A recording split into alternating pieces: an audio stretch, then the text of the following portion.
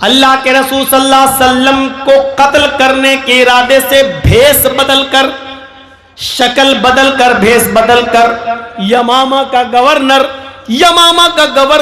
سمامہ ابن اسال مدینے کے اندر گھستا ہے، تلوار میں زہر بجھا ہوا ہے، اس کی تلوار میں زہر لگا ہوا ہے، وہ محمد رسول اللہ کے قتل کے ارادے سے آیا ہے کہ جہاں محمد دکھائی دیں گے ہم ان کو قتل کر دیں گے۔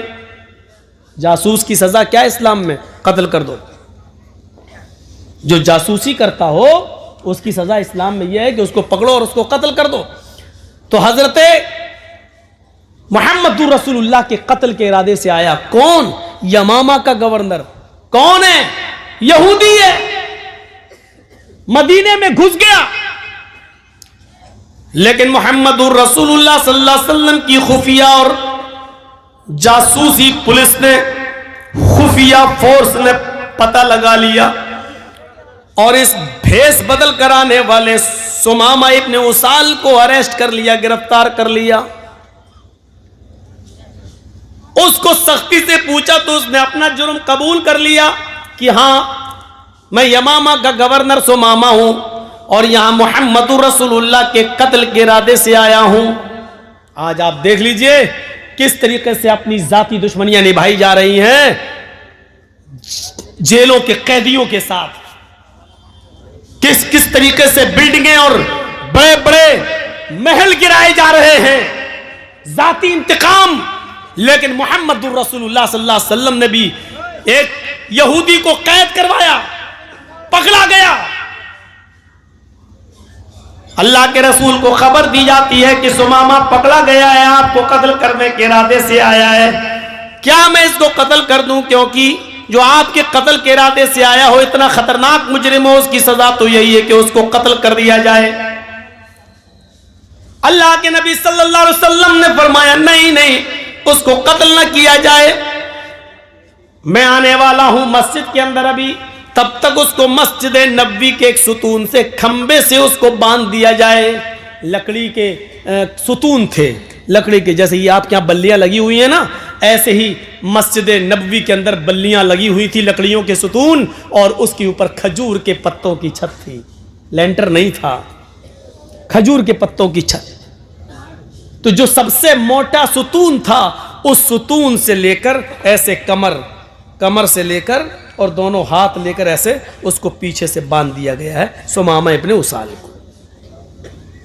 تھوڑی دیر کے بعد جب اللہ کے نبی، وہی جیل تھی، آج کل کی طرح جیلیں نہیں تھی، مسجد نبوی میں کس کو؟ ایک یہودی قیدی کو، وہ بھی یمامہ کا گورنر، اس کو پکڑ کر باندھ دیا گیا، یہی جیل کھانا تھا، قید کر دیا گیا اور باندھ دیا گیا۔ جب نماز کا وقت ہوا تو اللہ کے نبی صلی اللہ علیہ وسلم مسجد میں آئے، آپ نے سمامہ کو دیکھا، سمامہ نے ایسے محمد کو دیکھا تو اپنا سر جھکا لیا۔ اللہ کے نبی پوچھتے ہیں ما شأنک یا سمامہ، سمامہ کیا حال ہے؟ بخاری شریف کی حدیث کے الفاظ، سمامہ کیا حال ہے؟ سمامہ کہتا ہے کہ گرفتار کرا کے حال پوچھتے ہو، اریسٹ کروا کے حال پوچھتے ہو، ایک قیدی کا کیا حال ہو سکتا ہے جو قید میں رہے گا؟ اللہ کے نبی نے پوچھا سمامہ کیا تم مجھے قتل کرنے کی نیت سے آئے تھے؟ اس نے کہا ہاں۔ جانتے ہو اس کی سزا کیا ہے؟ بہت اچھی طریقے سے جانتا ہوں، اس کی سزا یہی ہے کہ جو آپ کو قتل کرنے کے ارادے سے آیا ہے اور پکڑا گیا ہے تو اس کو بھی قتل کر دیا جائے۔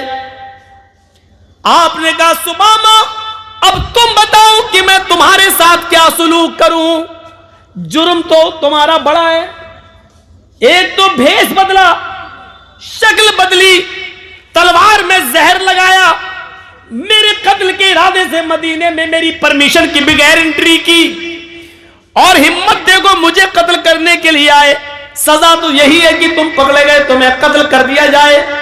لیکن پھر بھی میں تم سے پوچھتا ہوں کہ بتاؤ تمہارے ساتھ کیا سلوک کیا جائے، اے سمامہ بتاؤ تمہارے ساتھ کیا کروں۔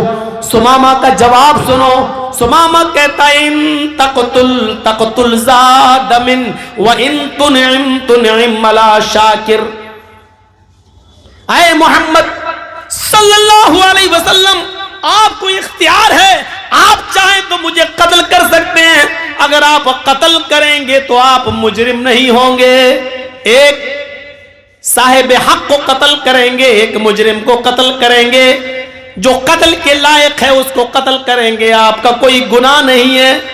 اگر آپ مجھے قتل کرنا چاہیں تو قتل کر سکتے ہیں، آپ حقیقت میں مستحق، جو قتل ہونے کا مستحق ہے اسی کو قتل کریں گے، لیکن آپ تو بڑے رحم والے ہیں، رحمت والے ہیں، کرپالو اور دیابان ہیں، اس لیے وَإِن تُنْعِمَ عَلَى شَاكِرٍ، اگر احسان کریں گے چھوڑ دیں گے، میرے بیوی بچے ہیں، اگر آپ مجھے چھوڑ دیں گے کچھ لے دے کر تو آپ کا ایک احسان ہوگا، میں آپ کا شکر گزار ہوں گا، میں آپ کا شکر کو ادا کروں گا۔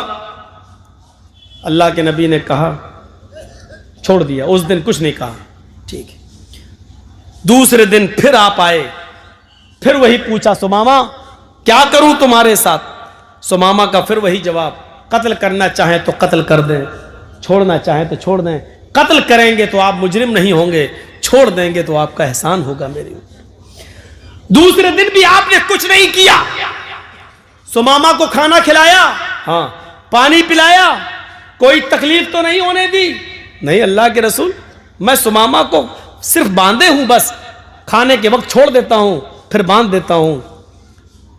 قضائے حاجت پیشاب پائخانے کے لیے جاتا ہے تو اس وقت کچھ لوگ اس کے ارد گرد رہتے ہیں، چاروں طرف سے گھیرا لگا لیتے ہیں اور پھر اس کو پکڑ کے پھر یہاں باندھ دیتے ہیں، کوئی کمی نہیں ہونے دی جا رہی ہے، ہم لوگ بھوکے رہتے ہیں لیکن سمامہ کو کھانا کھلاتے ہیں۔ آپ نے کہا ٹھیک۔ تیسرے دن پھر سمامہ سے پوچھا، سمامہ بولو تمہارے ساتھ کیا کروں، کیا حال ہے؟ کہا جس حال میں ہوں اسی حال میں، کیا کروں؟ کہا اللہ کے نبی کیا بار بار پوچھتے ہیں کیا کروں؟ کل بھی پوچھا، پرسوں بھی پوچھا، آج بھی پوچھ رہے کیا کروں؟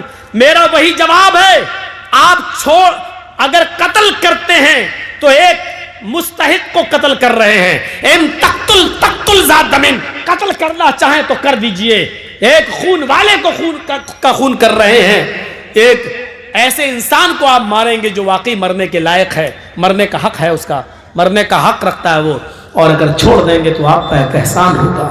آپ نے کہا سمامہ 3 دن سے میں تمہیں قید کیے ہوئے ہوں، کھانے پینے میں کوئی تکلیف نہیں ہونے دی۔ اس نے کہا بالکل۔ آئے سمامہ میں تمہیں چھوڑنا بھی چاہتا ہوں اور میں نے یہ نیت کر لی ہے کہ میں تمہیں چھوڑ دوں، تمہارے بھی بیوی بچے ہیں، لیکن آئے سمامہ میری ایک شرط ہے۔ کہا بتاؤ اے محمد، کچھ مال چاہیے، دولت چاہیے، سونا چاندی چاہیے، میں یمامہ کا گورنر ہوں، ایک حکم دوں گا بھی فوراً چلا آئے گا۔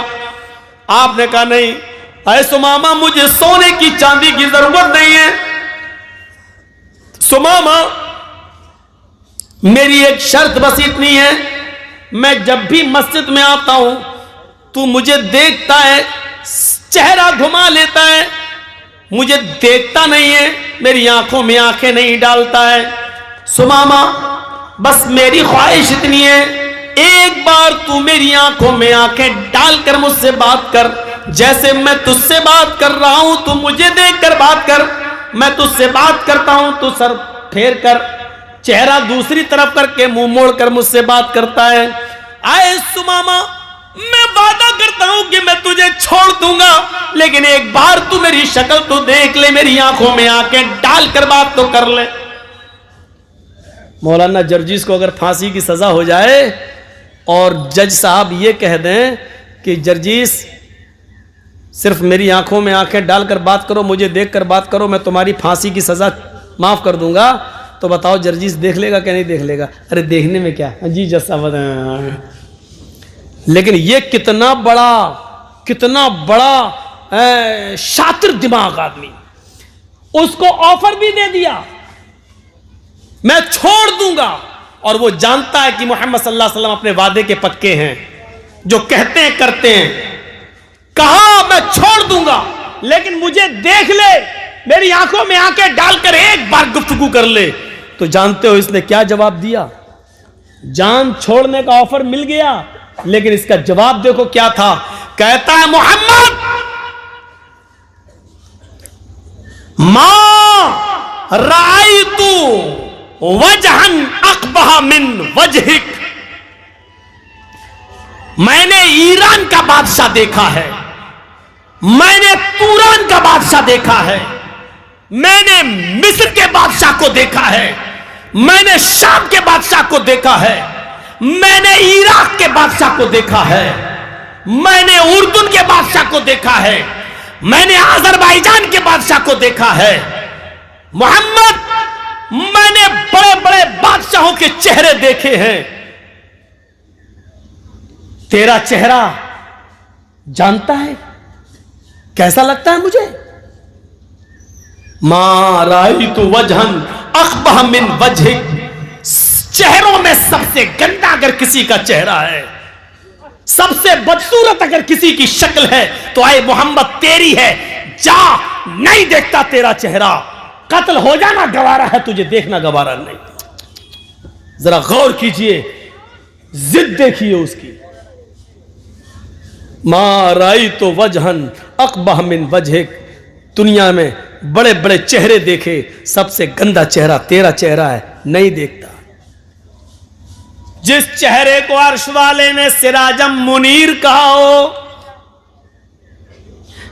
یا ایھا النبی انا ارسلناک شاہدا ومبشرا ونذیرا وداعیا الی اللہ باذنہ وسراجا منیرا، ہم نے روشن چاند، سراجا منیرا روشن سورج بنا کر بھیجا ہے. جس چہرے کو اللہ تعالیٰ نے چمکتا ہوا روشن سورج کہا ہو، اس کو یہ سب سے گندا چہرہ کہہ رہا ہے. جس چہرے کو کبھی ام سلیم نے اندھیرے میں دیکھا تو کہنے لگتی ہے محمد اندھیری رات میں میرے پاس آئے تو ایسا لگا جیسے میرے گھر میں کسی نے چراغ روشن کر دیا ہو. جن کے بارے میں حضرت علی نے یہ کہا ہو کہ اللہ کے نبی کا چہرہ جب دیکھتے تو ایسا لگتا جیسے سورج کی روشنی میں تلوار چمکتی، ایسی محمد رسول اللہ کا چہرہ چمکتا اور دمکتا. اور جس چہرے کو دیکھ کر کبھی حسان ابن ثابت نے کہا تھا وَأَحْسَنَ مِنْكَ لَمْ تَرَ قَطُّ عَيْنِي وَأَجْمَلَ مِنْكَ لَمْ تَلِدِ النِّسَاءُ، میری آنکھوں نے آپ سے زیادہ حسین کوئی چہرہ ہی نہیں دیکھا، اور دنیا کی کسی عورت نے آپ سے زیادہ خوبصورت بچہ پیدا ہی نہیں کیا، آپ سے زیادہ حسین بچہ پیدا ہی نہیں کیا.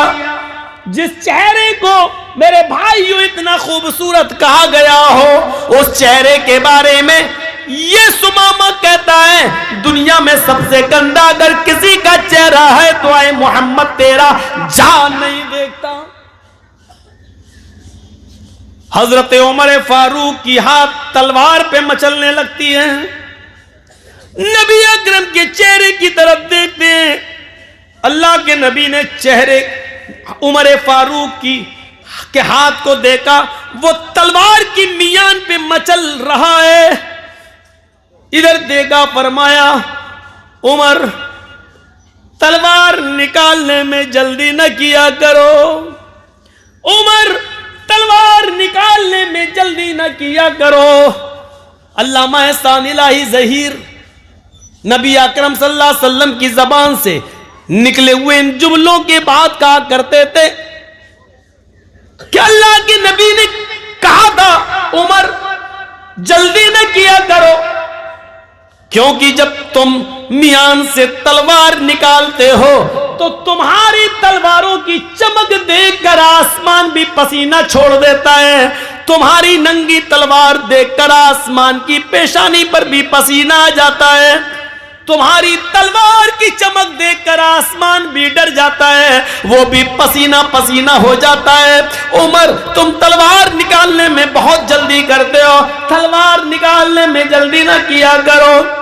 حضرت عمر فاروق نے کہا اللہ کے رسول وہ آپ کے چہرے کو سب سے گندا چہرہ کہتا ہے، صرف آپ کا اشارہ ہو، اس کی گردن ابھی یہی تڑپ رہی ہوگی، اس کے جسم سے الگ کر دیتا ہوں۔ فرمایا نہیں نہیں، اے عمر گورنر ہے یمامہ کا، اونچی پوسٹ پر ہے، اور جو اونچی پوسٹ پر ہوتا ہے اس کی عقل کچھ زیادہ ہی ہوتی ہے، اس کو کچھ تکبر ہوتا ہے، اس کو بھی اپنی گورنری پر تکبر ہے۔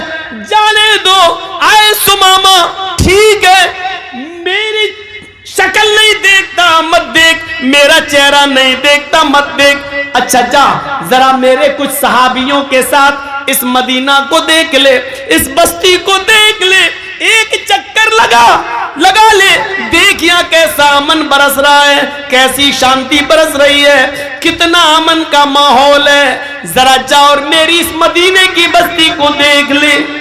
سمامہ پیچھے سر کر کے کہتا ہے اے محمد نہ تجھے دیکھتا ہوں نہ تیری بستی کو دیکھنا گوارا ہے، جس طرح تیرا چہرہ سب سے گندا، مہارائی تو بلدن اقبح من بلدک، تیری بستی بھی سب سے گندی بستی، تیرا شہر بھی سب سے گندا شہر۔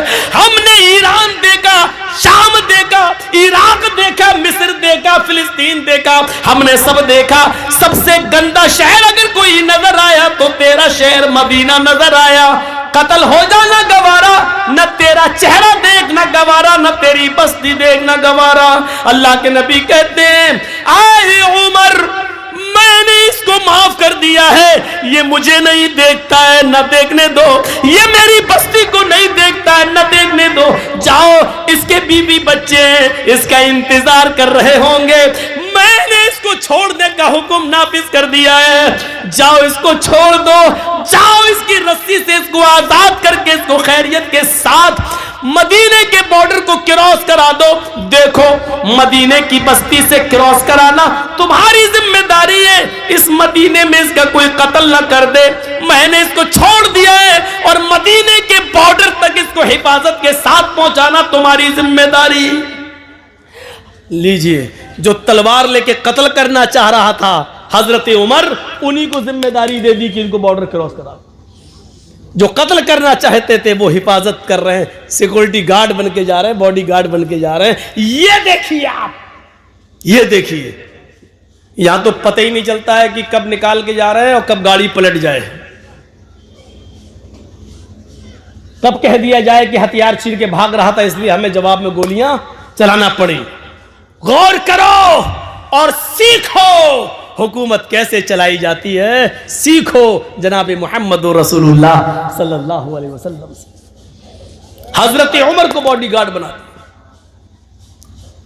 مولانا جرجیس جس کو مارنا چاہ رہے ہیں اسی کو کہہ دیا جائے جاؤ تمہیں ان کے گھر کھانا بھی کھانا ہے اور ان کا سر بھی دبانا، تو کیسا لگے گا مولانا جرجیس کو؟ سر دباتے دباتے گلا دبا دو، لیکن نہیں، حضرت عمر نے سر نیچے کر لیا، کیونکہ یہ حکم تھا جناب محمد رسول اللہ صلی اللہ علیہ وسلم۔ لے کے چلنے لگے، سمامہ مسجد سے باہر نکلا، مسجد نبوی کی چوکھٹ سے مڑ کر دیکھتا ہے کہ چلو دیکھ ہی لو اس کا چہرہ، دیکھنے میں حرج کیا ہے، اب تو چھوڑ ہی دیا ہے، بہت کہہ رہا تھا دیکھ لو، اتنا سب کچھ کہنے کے بعد بھی چھوڑ دیا، ایسی ایسی باتیں سنتا تھا ان کے بارے میں، لیکن اتنا سب کچھ کہنے کے بعد چھوڑا۔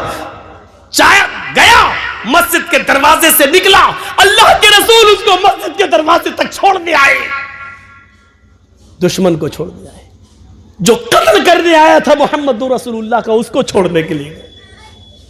اور سیکھو، اس کو نہیں معلوم کہ پیچھے پیچھے اللہ کے رسول آ رہے ہیں، دروازے پہ گیا، پیچھے مڑ کے دیکھتا ہے کہ دیکھ لوں، جیسے اس نے پیچھے مڑ کے دیکھا سامنے محمد رسول اللہ کھڑے ہیں، کہا سمامہ یہ تمہیں چھوڑ کے آئیں گے۔ اب اس نے قریب سے نبی کی شکل دیکھی، پھر آگے بڑھتا ہے، عمر کہتے ہیں آہستہ آہستہ چلو، لیکن وہ تیز تیز چل رہا ہے۔ سمامہ جتنی تیزی کے ساتھ قدم آگے بڑھاتا ہے، اس کا دل دگنی رفتار سے پیچھے کی طرف بھاگ رہا ہے۔ سمامہ کے پیر آگے کی طرف، لیکن سمامہ کا دل جناب محمد رسول اللہ کی طرف۔ 2 میل دور چلا گیا، جو گاؤں ملا، اس گاؤں میں کنواں نظر آیا، اس کنویں کے پاس آ کر بیٹھ گیا، ڈول سے پانی نکالا، صحابہ کو مسجد نبوی کے پاس کنویں کے پانی سے نہاتے ہوئے دیکھا، اسی طریقے سے نہایا، غسل کیا، اور غسل کرنے کے بعد پھر لوٹ کر واپس آنے لگا۔ حضرت عمر کہتے ہیں کہاں جا رہے ہو؟ ہمیں مدینے کے بارڈر تک چھوڑنے کا حکم دیا گیا ہے۔ سمامہ سنتا ہی نہیں ہے، سمامہ سیدھے سیدھے بھاگتا ہے، آگے آتا ہے اور مسجد نبوی کی چوکھٹ کو پکڑ لیتا ہے۔ کہتا ہے محمد ابن عبداللہ، اللہ کے نبی ابھی بھی مسجد نبوی میں بیٹھے ہوئے تھے، اپنے صحابہ کرام کے ساتھ کچی زمین پر بیٹھے ہوئے تھے، ہاں مٹی کے اوپر بیٹھے ہوئے تھے۔ اس نے اپنے صحابہ کے بیچ میں محمد رسول اللہ کو بیٹھے ہوئے دیکھا، اس نے سمجھ لیا چاروں طرف ستاروں کے بیچ میں جو سب سے زیادہ چمک رہا ہے 14ویں رات کی طرح وہی محمد رسول اللہ ہے۔ اس نے زوردار الفاظ میں کہا محمد ابن عبداللہ۔ اللہ کے نبی پیچھے مڑ کے دیکھتے کہتے ہیں، اٹھ گئے، سمامہ کیا ہوا؟ مدینے میں کیا کسی نے پریشان کیا؟ میں نے تمہیں چھوڑ دیا تھا، کیا میرے کسی صحابی نے تمہیں گالی دی؟ میرے کسی ساتھی نے تمہیں مارا؟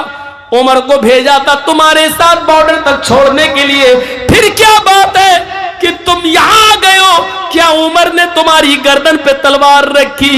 جواب دیتا سمامہ روتے ہوئے، نہیں اے اللہ کے نبی ایسا کچھ نہیں ہے، میں اب قید ہو گیا، جب رسی سے بندھا تھا تو آزاد تھا، جو من میں آتا تھا بولتا تھا، آپ کے خلاف بھی زہر اگلتا تھا، لیکن جب آپ نے مجھے آزاد کر دیا تو حقیقت میں وہ آزادی نہیں دی، آپ نے مجھے اپنے دل کا گرویدہ بنا لیا ہے، اپنے اخلاق کی رسی میں باندھ دیا ہے، مجھے معاف کر کے میرے بیویوں بچوں پہ احسان کر کے آپ نے مجھے خرید لیا ہے۔ اے محمد ابن عبداللہ، یمامہ کا گورنر تھا، آج گورنری کا تاج اتارتا ہوں اور محمد کے پیروں کے جوتے صاف کرنے کے لیے، محمد کی غلامی کرنے کے لیے تیار ہوں، مجھے بھی اپنا غلام بنا لو، مجھے بھی اپنے مذہب میں لے آؤ، مجھے بھی اسلام سے جوڑ دو۔ اشہد ان لا الہ الا اللہ واشہد ان محمدن عبدہ ورسولہ، یہ کلمہ پڑھتا ہے اور سمامہ جناب محمد رسول اللہ کا سچا امتی بن جاتا ہے۔ ایک یہودی ہے، قیدی ہے اور اتنا بڑا مجرم ہے کہ اس کے جرم کے حساب سے اس کی سزا قتل ہے، لیکن اس کو معاف کر رہے ہیں محمد رسول اللہ۔ اگر یہ اخلاق سب پڑھ لیں تو کوئی بھی نتیانند پیدا نہ ہو اور کوئی بھی وسیم رضوی کی طرح قرآن کی آیتیں نکالنے کی بات نہ کرے۔ شرط یہ ہے کہ گھرنا اور نفرت کی چادر اتار کر محمد رسول اللہ صلی اللہ علیہ وسلم کی زندگی کا مطالعہ کیا جائے۔ قیدیوں کے ساتھ یہ حسن سلوک، انسانیت کا ایسا درس، انسانیت کا ایسا سبق ہمیں دنیا کی کسی کتاب کے اندر نہیں ملتا ہے۔ کہاں ہے انسانیت آج؟ پڑوسی پڑوسی کو کھایا جا رہا ہے، دوست دوست کو کھایا جا رہا ہے، ایک دوسرے کا حریف بنا ہے۔ ہم آج اپنی تکلیف سے اتنے پریشان نہیں ہیں جتنا آپ کی خوشی سے ہم پریشان ہیں، ہم اپنی پریشانی سے اتنا پریشان نہیں ہیں جتنا آپ کو آرام میں دیکھ کر ہم پریشان ہو رہے ہیں۔ میرے بھائیوں، آج یہ صورتحال ہماری ہو چکی ہے، ہماری